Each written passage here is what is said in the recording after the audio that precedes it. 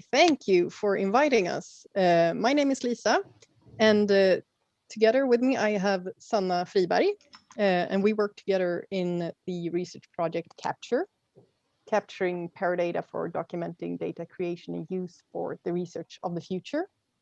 And this is a project funded by the European Research Council. And in this project, we're researching how data descriptions can be improved for different types of research inquiries.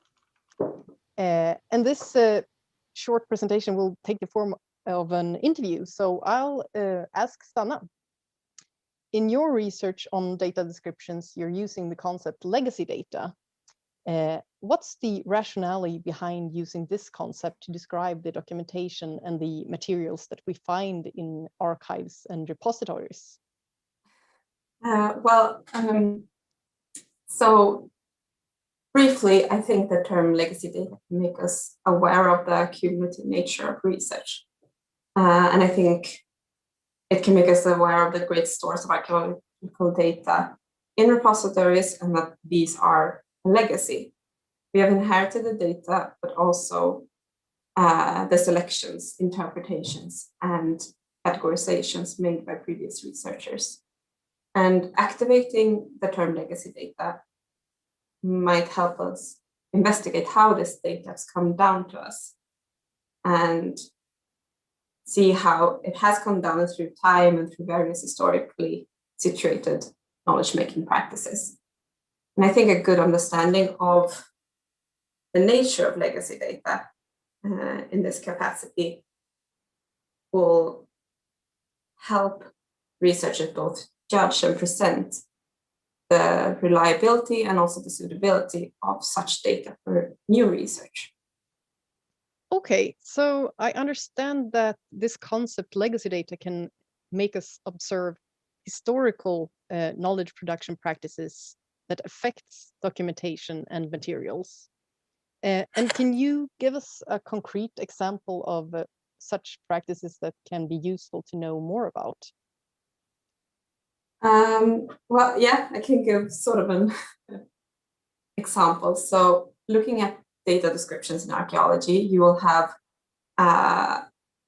field staff describing data, and you will have people writing up reports, usually maybe not the same people describing it in the field. And you will also have people doing specialist analysis describing the data. And when all this describing is done, it will be transferred to different repositories like archives and museums and other data repositories, where it will again be described. And all of these different contexts, there will be different traditions and practices of description. So over time, descriptive information will be augmented, it will be enriched, and sometimes they will be lost. And this will constantly form and reform the data. And all of these instances of data description in different contexts will be part of the legacy a researcher is faced with when trying to reuse the data. Thanks for this concrete illustration of the several different steps of data description spread over time and over also institutional contexts. Now, how will you proceed in your research to explore the impact of the curation process on the archaeological data from past times?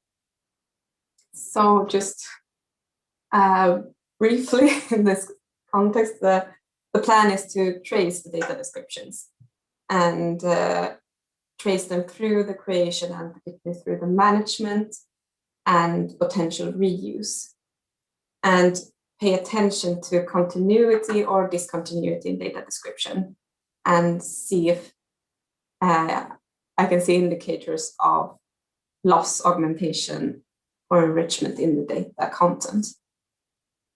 Okay, thank you, Zanna, and thanks to the audience for attending the session. And if you're interested in learning more about Zanna's research or about the work we're doing in Capture, please visit or contact us.